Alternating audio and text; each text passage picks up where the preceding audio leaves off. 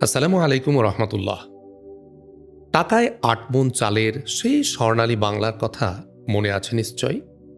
মুঘল সুবাদার শায়েস্তা খাঁর শাসনামলে বীরত্ব, দেশপ্রেম আর আবেগের এক অপূর্ব উপন্যাস নিয়ে আমাদের এবারের আয়োজন সুসাহিত্যিক নন্দিত লেখক শফিউদ্দিন সরদারের কালজয়ী ঐতিহাসিক উপন্যাস প্রেম ও পূর্ণিমা। প্রখ্যাত কথাশিল্পী শফিউদ্দিন সরদার নিখুঁতভাবে সপ্তদশ শতাব্দীর হুগলি বন্দরের রোমাঞ্চকর ইতিহাস, ইংরেজ বণিকদের কূটচাল আর হৃদয়ের গহীনে লুকিয়ে থাকা এক গভীর ভালোবাসার গল্প ফুটিয়ে তুলেছেন এই উপন্যাসটিতে। বীর ফৌজদার আব্দুল আজিজ আর রূপবতী শিরি বানুর এই রোমাঞ্চকর উপন্যাসটি শুনতে সম্পূর্ণ ভিডিও সিরিজটির সাথেই থাকুন। আশা করি আপনাদের ভালো লাগবে। আসসালামু আলাইকুম রহমতুল্লাহ।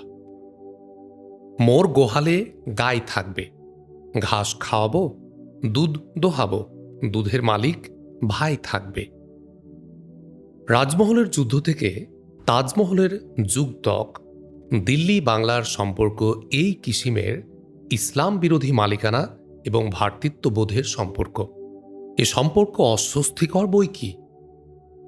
ইসাই ১৫৭৬ সনে সংঘটিত হল রাজমহলের যুদ্ধ।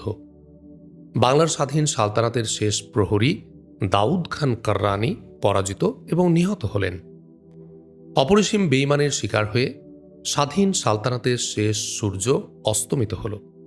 ইমানদার দাউদ খানের বাংলা মুলুক ফাসেক আকবর শাহর দিল্লি সাম্রাজ্যের অন্তর্ভুক্ত হল। এই হল ইতিহাস। কিন্তু এই কথাই চরম কথা নয়।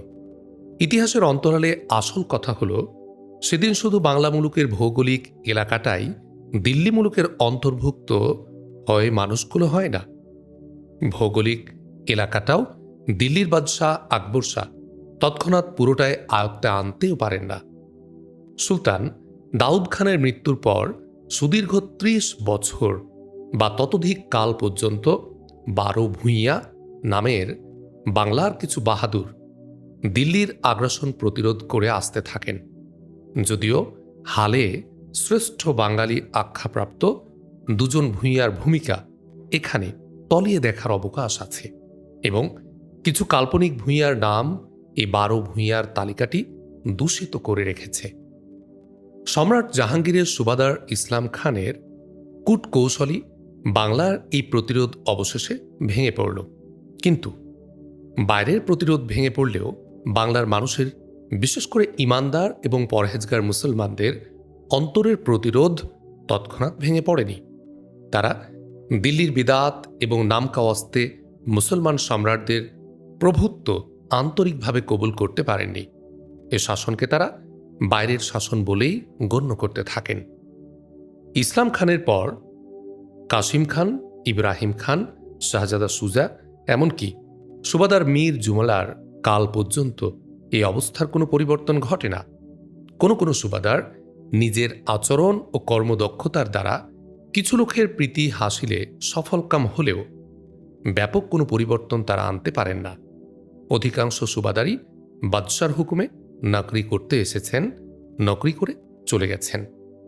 বাংলাকে তারা কর্মস্থলের অতিরিক্ত নিজের ভূমি বা নিজের ওয়াতান ভাবেননি। ফলে তারা যে দামে কিনেছেন সেই দামেই বেঁচে গেছেন। বাংলার মানুষও তাদেরকে বা দিল্লি মুলুককে নিজের মুলুক, নিজের মানুষ ভাবেনি।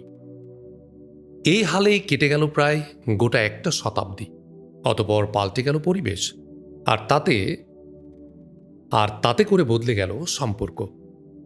দিল্লির তখতে আসীন হলেন ন্যায় ও সত্য সুন্দরের প্রতীক শাহানশাহ আওরঙ্গজেব। বাংলা মুলুকের দায়িত্বে এলেন সুবাদার শায়েস্তা খান। মনির সাথে যোগ হল কাঞ্চনের। পরিবর্তন সূচিত হল দিল্লি বাংলার সম্পর্কের। সুবাদার শায়েস্তা খানও ছিলেন সহি একজন মুসলমান। তদুপরি তার সুদীর্ঘ ২২-২৩ বছর কাল সুবাদারের আমলে শায়েস্তা খান বাংলা মুলুকের স্বার্থের সাথে নিজেকে এমনভাবে সম্পৃক্ত করে ফেলেন এবং বাংলার মানুষের অন্তরের এত গভীরে প্রবেশ করেন যে বাংলার মানুষ আর তাকে স্বদেশী ছাড়া বিদেশি বা আপন ছাড়া পর ভাবতে পারেন না। তারা তাকে নিজের দেশের নিজেদেরই শাসক হিসেবে ভাবতে থাকে এবং বাংলা মুলুকের নবাব বলে আখ্যায়িত করতে থাকে। কালক্রমে বাংলার নবাব রূপেই পরিচিতি লাভ করেন শায়েস্তা খান সাহেব। পাশাপাশি ইসলামের অনড় স্তম্ভ জিন্দাপীর আওরঙ্গজেব দিল্লির তখতে আসীন থাকায় বিদ্যমান বাধা অন্তরায় তামামই উঠে যায় এবং বাংলা ও দিল্লির মুসলমান জনসমাজ আত্মপরিচয়ে সজীব হয়ে দীর্ঘকাল অন্তর আবার একে অন্যের কওমি ভাইয়ের অবস্থানে ফিরে আসে।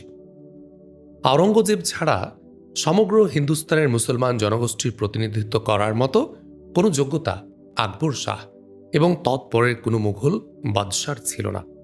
ফাসেক আকবর শাহ ছিল না, জাহাঙ্গীরের ছিল না এমনকি তাজমহলের সম্রাট শাহজাহানেরও। এ নিয়ে সুলতান দাউদ খান কাররানি অনেক আফসোস করে গেছেন। আকবর শাহর মধ্যে এ যোগ্যতা নিদারুণ অভাব থাকায় দাউদ খান দিল্লির সাথে একাত্ম হতে পারেননি। সেই দুর্লভ যোগ্যতা ও আদর্শ শাহনশাহ আওরঙ্গজেবের মধ্যে কল্পনাতীতভাবে অধিক পরিমাণে থাকায় তার নেতৃত্ব লুফে নেন তামাম হিন্দুস্তানের এবং বাংলা মুলুকের ঈমানদারগণ। অর্ধ শতাব্দী কাল ধরে তাওহিদের এ অক্লান্ত সৈনিক দিল্লির তখতে আসীন থেকে ঈমানদারদের দীর্ঘদিনের আকাঙ্ক্ষা এবং অভাব আশাতীতভাবে পূরণ করলেন। ফলশ্রুতিতে দিল্লি বাংলার সীমারেখা অলক্ষ্যেই উঠে গেল এবং উভয় মুলুকের মুসলমানেরা পরস্পরের সাথে নিজের অজ্ঞাতেই ভ্রাতৃত্বের বন্ধনে আবদ্ধ হয়ে গেল। দিন ইসলামের অন্যতম পতাকাবাহী নবাব শায়েস্তা খান হলেন দিল্লি বাংলার এই পুণ্যময় মহামিলনের যোগসূত্র। দিল্লি বাংলার মুসলমানেরা গভীর প্রেমে আবদ্ধ হল, অমুসলমানদেরও অতৃপ্তির কিছু রইল না। দীর্ঘদিন যাবৎ অভাব অনটন এবং নিরাপত্তাহীনতার জর্জরিত মুসলমান অমুসলমান সমস্ত মানুষই এ আমলে নয়া জিন্দেগি লাভ করল। শায়েস্তা খানের কঠোর শাসনে দুর্বৃত্তের নাম নিশানা মুছে গেল। খামোশ হল ভেতর বাইরের সকল অশুভ শক্তি। ঝাঁপির মধ্যে মুখ লুকালো বেনিয়ারূপী কালসাপ। দিন ইসলামের পবিত্র বিধান সুচারুরূপে চালু হওয়ায় নিরাপত্তা নিশ্চিত হল অমুসলমানদের জানমালের। সখ্যতা মজবুত হল জাতি ধর্ম নির্বিশেষে তামাম ইনসানের। পেটের ক্ষুধা রইল না। দুর্ভিক্ষের বিষাক্ত ছোবলে দুদিন আগেও যেখানে জানের চেয়ে রুটির মূল্য শতগুণে অধিক ছিল, শায়েস্তা খান এসেই সেই জানের মূল্য বাড়িয়ে দিয়ে রুটির মূল্য কমিয়ে দিলেন 1000 গুণে। রাজস্ব সংস্কার সহ জমি বন্টন, কৃষি উন্নয়ন, ব্যবসা বাণিজ্য, পুঁজি বিনিয়োগ প্রতিটি ক্ষেত্রে নিরলস শ্রম দিলেন শায়েস্তা খান। তার পরিশ্রম এবং পারদর্শিতায় ধনধান্যে পূর্ণ হল বাংলা মুলুক। টাকায় 8 মণ চাল পাওয়ার মতো এক অবিস্মরণীয় ঘটনা এ বিশ্বে এই একবারই নবাব শায়েস্তা খানের শাসনামলে সংঘটিত হল। ফলাফল পুণ্যময়। মুসলমান অমুসলমান বাংলার তামাম মানবগোষ্ঠী মুক্তি পেল অভাবের পীড়ন থেকে। সচ্ছলতা নেমে এলো সকলের সংসারে। আবাল বৃদ্ধ বনিতার মুখে ফুটে উঠল হাসি। সকল গৃহ পূর্ণ হল ধনে জনে উল্লাসে। সুবাদার শায়েস্তা খানের আমলে সুবে বাংলার সমৃদ্ধি 16 কলায় পূর্ণ হল পূর্ণিমার আকারে। মুখ টিপে হেসে শিরিবানু বলল, ওরে বাবা, আজ যে ছোট সাহেব খুব বেশি বেশি মুনিব হতে লাগলেন। আমার অসুবিধাটা দেখবেন না? আব্দুল আজিজ বললেন, অসুবিধে? খাওয়ার হাত পুড়ে গেছে, খাবো আমি কি করে? বাম হাতে চামচ দিয়ে খাবে? শিরিবানু দুষ্টুমি করে বলল, তাহলে তো কানাও হয়ে যেতে পারি আমি। বাম হাতের চামচ মুখে না গিয়ে চোখের মধ্যেও তো যেতে পারে। যাবে না? যেতে লাগলে আমি তোমাকে তুলে খাওয়াবো। আপনি? আমার কথায় সালুন রাঁধতে গিয়ে হাত পুড়িয়েছ তুমি, আমাকেই তো খাওয়াতে হবে তোমাকে এখন। ছি ছি কেন? মনিব কখনো খেদমত করে খাদেমের? করে করে। যে খাদেম সব হুকুম পালন করে, মনিব তার খেদমতই শুধু করে না, তাকে জিয়াদা পেয়ারও করে। ছোট সাহেব ভালোবাসে, সোহাগ করে। ধ্যাত। রাজমহলের লড়াইয়ের 100 বছর পরে ঈসাই 1676 সন সুবাদার শায়েস্তা খানের সমৃদ্ধির আমলেরই এক নিশাবসানা। বাংলার সমৃদ্ধির মতো বাংলার আকাশেও সে রাতে ছিল পূর্ণিমা। রাতখানা শেষ হয়ে এসেছে, পূর্ণিমার চাঁদখানা পশ্চিমা দিগন্তে নিদ্রায় ঢুলু ঢুলু ফিকে হয়ে গেছে তার প্রাণ মাতানো প্রভা। রাতভর একটানা খিলখিল হাসি হেসে সে এখন ক্লান্ত, এবার সে ঘুমোবে। তার দু চোখে ঘুম ছড়াচ্ছে মাশরিকি আসমানের মায়াবিনী কিরণবালা। বর্ণাঢ্য আঁচলের বিচ্ছুরিত আভা দিয়ে উদীয়মান রূপসী তার চোখের পাতায় ঘুমের আবির ছড়াচ্ছে। ঘুম পাড়ানি গান শোনাচ্ছে ঘুমভাঙ্গা পক্ষীকুলের সারে গামা মহড়া। ঘুমিয়ে পড়েছে চাঁদ। শুভে সাদিকের মিনার থেকে ভেসে আসছে আহ্বান, আসসালাতু খয়রুম মিনান নাওম। ঘুমের চেয়ে নামাজ উত্তম। চাঁদের উদ্দেশ্য নয় যাদের দিয়ে করুণাময় এই ধরাধামে চাঁদের হাট বসিয়েছে, ঘুমাচ্ছন্ন তার সেই বান্দা বান্দির উদ্দেশ্যে। স্তব্ধ নীরব হুগলি নদী সরব হয়ে উঠল। শুরু হলো মাঝি মোল্লার নোঙ্গর তোলার পালা। মুর্দাদেহে প্রাণ সঞ্চারের মতো তীরে বাঁধা সারি সারি নীরব নিথর নৌবহর নড়ে উঠল আবারও। ফুটে উঠল মাঝির মুখে বদর বদর আওয়াজ। তীর ছেড়ে নৌযানগুলো মাঝ দরিয়ায় চলল। ধীরে সুস্থে আস্তে আরামে ধাবিত হল নৌকাগুলো। হরেক রকমের কিস্তি, ছোট বড় নানা জাতের তরুণী, দেশি এবং বিদেশি, বেশিরভাগই মাল বোঝায় ব্যবসায়ী নৌবহর। নৌভ্রমণের পানসি, যাত্রীবাহী বজরা আর মাছ ধরা জেলে ডিঙ্গিও এখন মাঝ দরিয়ায় নামছে। দাঁড় বৈঠার ছপাত ছপাত শব্দ আর মৃদুমন্দ গুঞ্জরণের মাঝে অনেক জানে অনেকে মিঠাকণ্ঠে কোরআন শরীফ তেলাওয়াত করছেন। এর মাঝে ক্ষণে ক্ষণে দূর থেকে ভেসে আসছে সুফি সাধক প্রেমিক জনের মুক্ত দিলের সুর লহরী। ইয়া রসুল আল্লাহ সাল্লাল্লাহু আলাইহি ওয়াসাল্লাম, হাবিবে খালেকে একতা তুই। তরুণ ফৌজদার আব্দুল আজিজ বেগ একজন প্রতিশ্রুতিশীল কর্মচারী, সুদর্শন নওজোয়ান। তার বাসভবন এই নদীর তীরে, সরকারি বাসভবন। নয়াপদে উন্নীত হয়ে তিনি সদ্য এসে এই মাকানে উঠেছেন। ফজরের নামাজ আদায় করে তার ছোটখাটো দ্বিতল কক্ষের খোলা বারান্দায় বসে কিছুক্ষণ কোরআন তিলাওয়াত করলেন। এরপর চেয়ে চেয়ে নদীর দৃশ্য দেখতে লাগলেন অপর পাড়ে সূর্যোদয়ের সমারোহ। হুগলি নদী ব্যস্ত নদী। রাতটুকুর বিরাম অন্তে এই নদীর বুকে উপর খই মাতম কাণ্ড চলে সারাদিন। এই বিরামটুকুও নদীর ছিল না। বিদেশি বেনিয়ার সাথে কিছু জলদস্যুর আবির্ভাব ঘটায় রাতের এই বিরতি। ভোর হলেই ফের ব্যস্ততা। আব্দুল আজিজ বসে বসে নদীর ও দিনমণির প্রতিযোগিতা দেখছেন। অন্ধকারের শেষ বিন্দুও শুষে নিল দিনকর। বসন্তের বাঁধ ভাঙা রবি রশ্মির প্লাবনে 10 দিক দেখতে দেখতে উদ্ভাসিত হয়ে গেল। উঠি উঠি করতে আব্দুল আজিজ সবিস্ময়ে দেখলেন মাঝ দরিয়ায় নৌযানগুলো পুনরায় দ্রুত বেগে তীরের দিকে ফিরে আসছে। ব্যস্তভাবে ঠাঁই নিচ্ছে নৌযানে, পোতাশ্রয়ে এবং জনবসতির আশেপাশে। ব্যাপারটা কি ভাবতে ব্যস্ত সমস্ত হয়ে উপরতলায় উঠে এলো সিঁড়িবানু। এসে এসে ব্যস্ত কণ্ঠে বলল, ছোট সাহেব, নদীতে গোলমাল শুরু হয়েছে, আপনি কি এক্ষুনি বেরোবেন? জবাবে আব্দুল আজিজ বললেন, কেন, সে খবরে তোমার কি কাজ? স্খলিত মস্তকাবরণ ঠিক করতে করতে সিঁড়িবানু বলল, নাস্তা তৈয়ার হয়নি তো, তাই আম্মাজান বলছিলেন।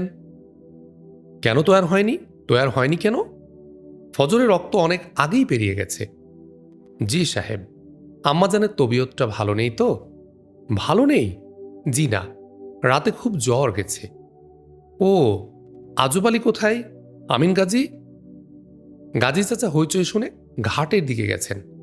আজব ভাই বাজারে গেছে সওদা আনতে। আতরজান, ও বেটিও তো ঠেকা কাজ চালাতে পারত। আতরজান কাল বাড়িতে গেছে, আজ এখনো আসেনি। ব্যাস, কিস্তি কাবার? জি। তুমি করলে কি? আর না হোক 2খানা রুটি তুমি সেঁকতে পারতে। জি, তা তো পারতাম, কিন্তু শালুন তুমি পাকাতে। শিরিবানুর মাথা একটু নুয়ে পড়ল। সে ইতস্তত করে বলল, আমি যে সালুন পাকাতে শিখিনি, মানে ভালো পারিনি। পারবে কি করে? শেখার কোশেশ করেছ কোনোদিন? জি হ্যাঁ, কোনো দিন করেছি। তাহলে আজও করতে পারতে। খাদ্য না হোক, অখাদ্য একটা কিছু বানাতে পারতে নির্ঘাত। করলে কি এতক্ষণ? জি। কোথায় ছিলে? জবাব না দিয়ে শিরিবানু তার ডান পায়ের বৃদ্ধাঙ্গুলি অবিরাম মেঝের সাথে ঘষতে লাগল। আব্দুল আজিজ পুনরায় জোর দিয়ে বললেন, জরুর, তাহলে তুমি আমার কুতুবখানায় ঢুকেছিলে। দুয়ার খোলা রেখে আমি উপরে উঠে এসেছি। এই ফাঁকে নিশ্চয় তুমি ওই কম্মটি করেছ। শিরিবানু তবুও নীরব। আব্দুল আজিজ ধমকের সুরে বললেন, কি ঠিক কি না? কিছুমাত্র বিচলিত না হয়ে শিরিবানু স্বাভাবিক কণ্ঠে বলল, অত কিতাব কিসের ছোট সাহেব? অত কিতাব কোথেকে এনেছেন? কি বললে? কি মোটা মোটা ফার্সি কিতাব? অত কিতাব পড়বেন কখন? তবে রে, যা ভেবেছি ঠিক তাই। এই এই নাদান লড়কি, কাজ ফেলে কেন তুমি কুতুবখানায় ঢুকেছিলে? আমি তো কোনো কিতাব পড়িনি ছোট সাহেব। কসুর কি হলো? বটে, পড়নি বলে আর কসুর কিছু হলো না। এক্ষুনি আমাকে বেরোতে হবে। আমার নাস্তা কই? নাস্তা? ইতোমধ্যে আমিন গাজী ফিরে এলো। তাকে সিঁড়ি বেয়ে উঠতে দেখে শিরিবানু একপাশে সরে দাঁড়ালো। আমিন গাজী এসে খোঁজ দিলে বলল, পেরেশান হওয়ার কোনো কারণ নেই হুজুর, একদম মামুলি ব্যাপার।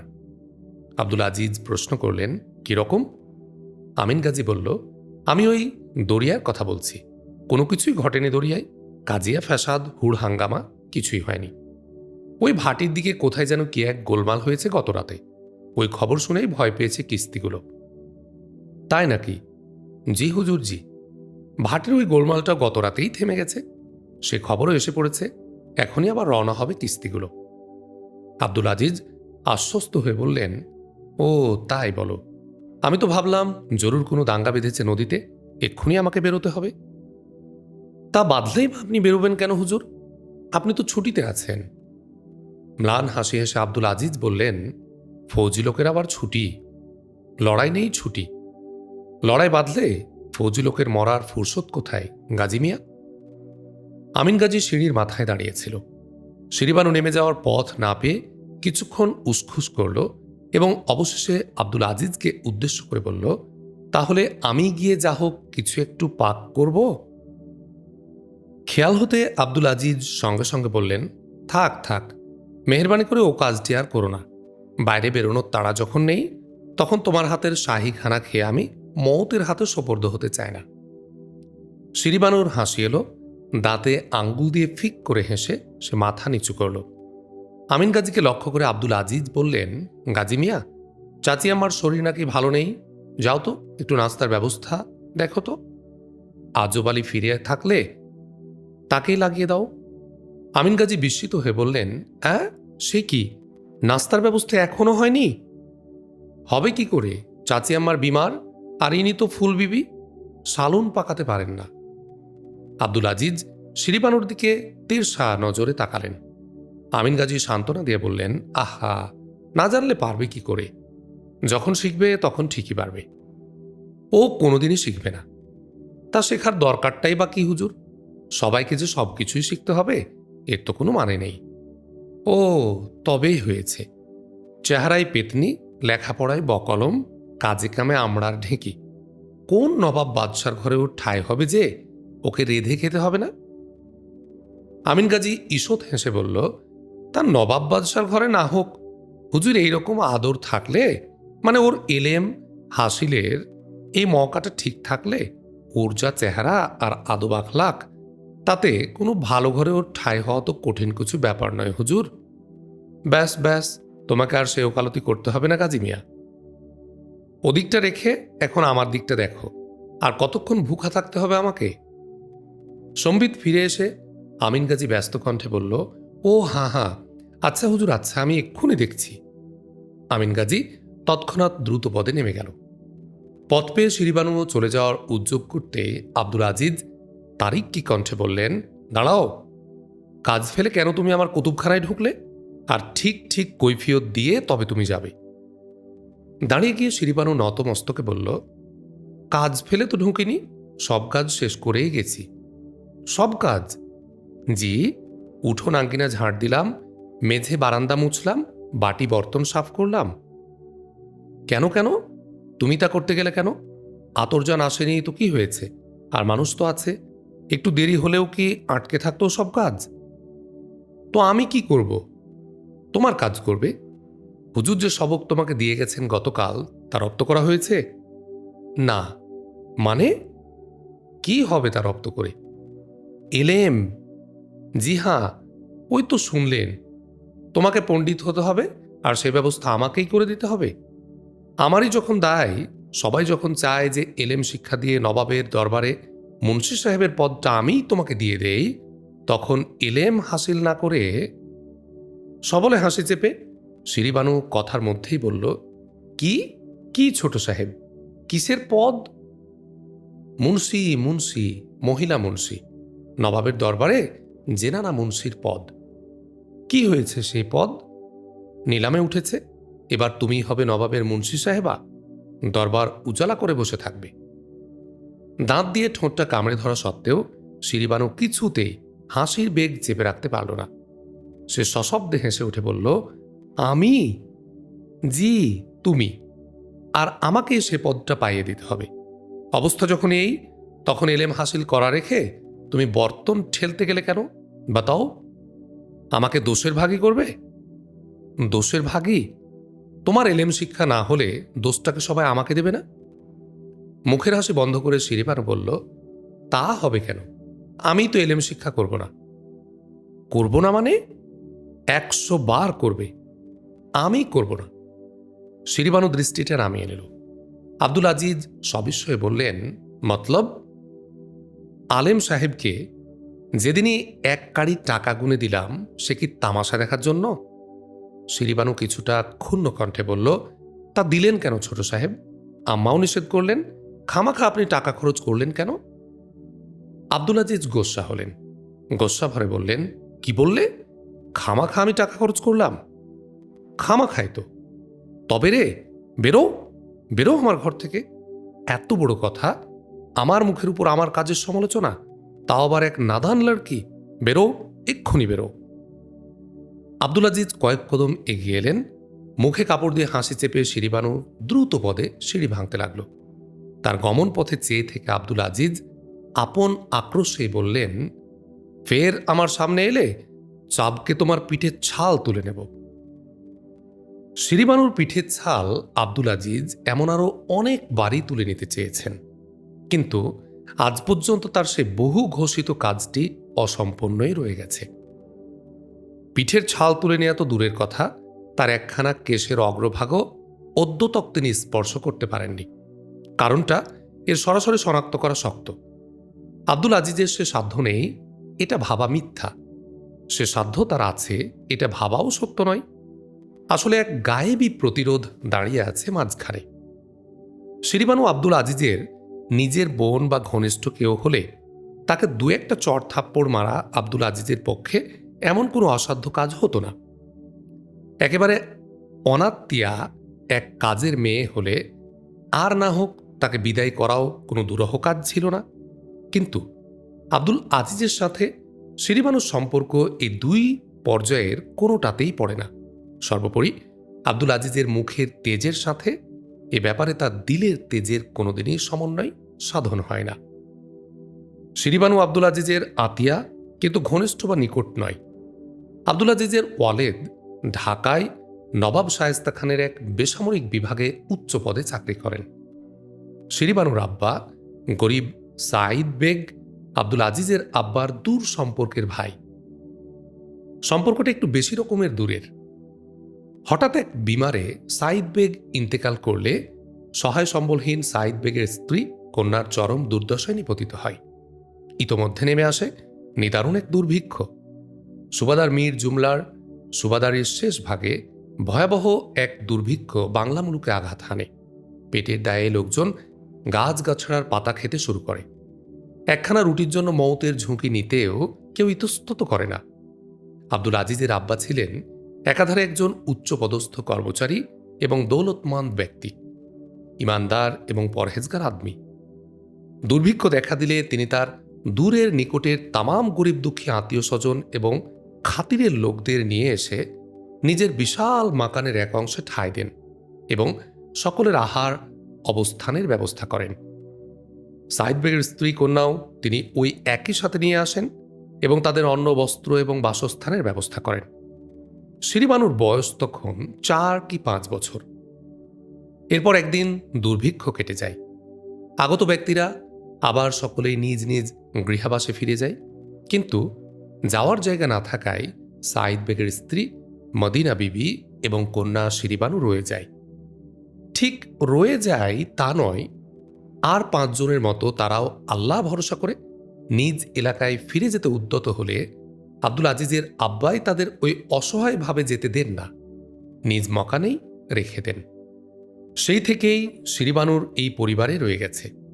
শিরিবানুর আম্মা মদিনা বিবি একজন অত্যন্ত বিবেক সম্পন্ন মহিলা। আত্মীয় হোক পর হোক কারো অন্ন বসে বসে খাওয়ার তিনি বিরুদ্ধে, রুচিতে বাঁধে। তাই এই পরিবারে প্রবেশ করার পর থেকেই তিনি গৃহস্থালির কাজকর্ম নিজের হাতে তুলে নেন এবং চাকর চাকরানি সহকারে এ সংসার প্রকৃতপক্ষে তিনি পরিচালনা করতে থাকেন। আব্দুল আজিজের আম্মার বোঝা এতে একেবারেই হালকা হয়ে যায় এবং এই 2 মা বেটি আব্দুল আজিজের আব্বা আম্মার সুনজরে পড়েন। এদের প্রতি তাদের দিলে দরদ পয়দা হয় এবং সে দরদ ক্রমে ক্রমে গাঢ় হয়। শিরিবানু এবং তার আম্মা কালক্রমে এ পরিবারের এক অবিচ্ছেদ্য অঙ্গে পরিণত হয়। আব্দুল আজিজের আব্বা শিরিবানুকে এলেম শিক্ষা দেওয়ার জন্য স্থানীয় এক মাদ্রাসায় ভর্তি করে দেন। কয়েক বছর শিরিবানু মাদ্রাসায় এলেম শিক্ষা করে। এরপর তার মধ্যে সাবালিকার আভাস ফুটে উঠলে তার মাদ্রাসায় যাওয়া বন্ধ হয় এবং তার এলেম শিক্ষা স্থগিত থাকে। এদিকে আব্দুল আজিজ উপযুক্ত এলেম শিক্ষা করার পর নবাব শায়েস্তা খানের সামরিক বিভাগে যোগদান করেন এবং অল্পদিনের মধ্যে ছোট বড় কয়েকটা ধাপ তরতর করে ডিঙ্গিয়ে ফৌজদার পদে উন্নীত হন। পদোন্নতির পর নয়া কর্মস্থল হুগলিতে এসে তিনি কিছুদিন হুগলির প্রশাসক জিন্দা মালিকের বাসভবনে অবস্থান করেন। পরে সরকারি বাসা মঞ্জুর হলে ফৌজদার আব্দুল আজিজ বেগ এ নয়া সংসার খুলে বসেন। আব্দুল আজিজের আব্বা আম্মা স্রেফ চাকর নফর আর দাসীবাদীর উপর ভরসা করে আব্দুল আজিজকে ঢাকা থেকে হুগলিতে পাঠাননি। তার সেবা যত্ন আর তয়তদবির সুনিশ্চিত করার জন্যে একান্ত বিশ্বস্ত এবং গৃহকর্মে পারদর্শিনী মদিনা বিবিকে পুত্রের সাথে দিয়েছেন। শিরিবানুকে স্বাভাবিকভাবে মায়ের সাথে আসতে হয়েছে। কাজের জন্যে অন্য কারো ঝি চাকর থাকলেও মদিনা বিবি আব্দুল আজিজের সংসারের প্রধান পরিচারিকা। হর ওয়াক্ত তিনি কাজ নিয়েই আছেন। শিরিবানুর অবস্থা না ঘরকা না ঘাটকা। আব্দুল আজিজের আতিয়া হওয়ায় আর বেশ খানিকটা এলেম হাসিল করায় সে না পারছে পুরো দস্তুর বাঁদির কাতারে সামিল হতে, না পারছে উপরের কোনো অবস্থানে ঠাঁই করে নিতে। আর এই বেকার অবস্থা থেকে আব্দুল আজিজ তার স্থগিত এলেম শিক্ষা আবার চালু করে তার বেকারত্ব ঘুচিয়েছেন এবং গৃহশিক্ষক হিসাবে হুগলির একজন প্রবীণ ও বিজ্ঞ আলেম সাহেবকে নিয়োগ দান করেছেন। শিরিবানুর আম্মা চান মেয়ের বয়স হচ্ছে, কাঙ্গাল গরিব যে ঘরে হয় তাড়াতাড়ি তার শাদী হোক। আব্দুল আজিজ চান এলেম শিক্ষা করে শিরিবানু ভালো পাত্রে পড়ুক। আব্দুল আজিজের আব্বা আম্মা চান শাদীটা তার কিছুদিন আটকে থাকুক এবং আব্দুল আজিজের শাদীর পর তার শাদীটা হোক। শিরিবানু খসমের ঘরে চলে গেলে তাদের ধারণা মদিনা বিবি মেয়েকে ছেড়ে থাকতে পারবে না। আব্দুল আজিজকে ফেলে সেও মেয়ের কাছে চলে যাবে আর আব্দুল আজিজের হুগলিতে অসুবিধায় পড়ে যাবে। এছাড়া শিরিবানুর বয়সটা এমন কিছু বেশি হয়নি যে তার শাদীটা এক্ষুনি হতে হবে, বরং আব্দুল আজিজের শাদীটা হয়ে গেলে আব্দুল আজিজের আম্মা আব্বারই দেখাশোনা ভালো একটা জায়গায় শিরিবানুর শাদীর ব্যবস্থা করবেন। আব্দুল আজিজের শাদীর পয়গামও জোরদারভাবে আসতে শুরু করেছে। বর হিসেবে আব্দুল আজিজ খুবই আকর্ষণীয়। তিনি এলেমদার, সুপুরুষ এবং সৎ বংশীয়। নকরিও তার খানদানি এবং নকরিতে তিনি খুবই প্রতিশ্রুতিশীল। ফলে অনেক উঁচু তবকা থেকে তার অনেকগুলো শাদীর পয়গাম ইতোমধ্যে এসে গেছে এবং এদের মধ্যে 2-1 মেয়েকে আব্দুল আজিজ বেশ পছন্দ করেছেন বলে জানা গেছে। সুতরাং আব্দুল আজিজের শাদির আর দেরি নেই। তাই আব্দুল আজিজের আব্বা আম্মা চান শিরিবানুর শাদিটা মাত্র এই কটা দিন অপেক্ষা করে থাকুক। শিরিবানু কি চায় তা শিরিবানু নিজেও বুঝে না, না বুঝার জন্য ব্যস্তও সে নয়। পরোয়া তার তেমন একটা কোনো কিছুতেই নেই। তার ধ্যান ধারণা জীব দিয়েছেন যিনি, তিনি শুধু আহারই দেবেন না, আর 5টা দিকও দেখার দায়িত্ব তারই। আত্মীয় হলেও আব্দুল আজিজের ব্যক্তিত্বের জন্যে শিরিবানু তাকে যতটা ভাই হিসেবে জানে তার চেয়ে বেশি মুনিব হিসেবে গণ্য করে। তবে একই বাড়িতে থেকে মানুষ হয়ে ওঠার দরুন এবং ছোটকাল থেকে সবসময় চোখের সামনে দেখার দরুন বাইরে বাইরে অনেকটা ভয় সংকোচ করলেও আব্দুল আজিজকে নিয়ে শিরিবানুর অন্তরে ভয় সংকোচের পরিমাণটা খুবই কম। শিরিবানুর গুণ বললে বড় গুণ, সে সুন্দরী আর বুদ্ধিমতী। দোষ বলতে বড় দোষ, সে কিছুটা চঞ্চল।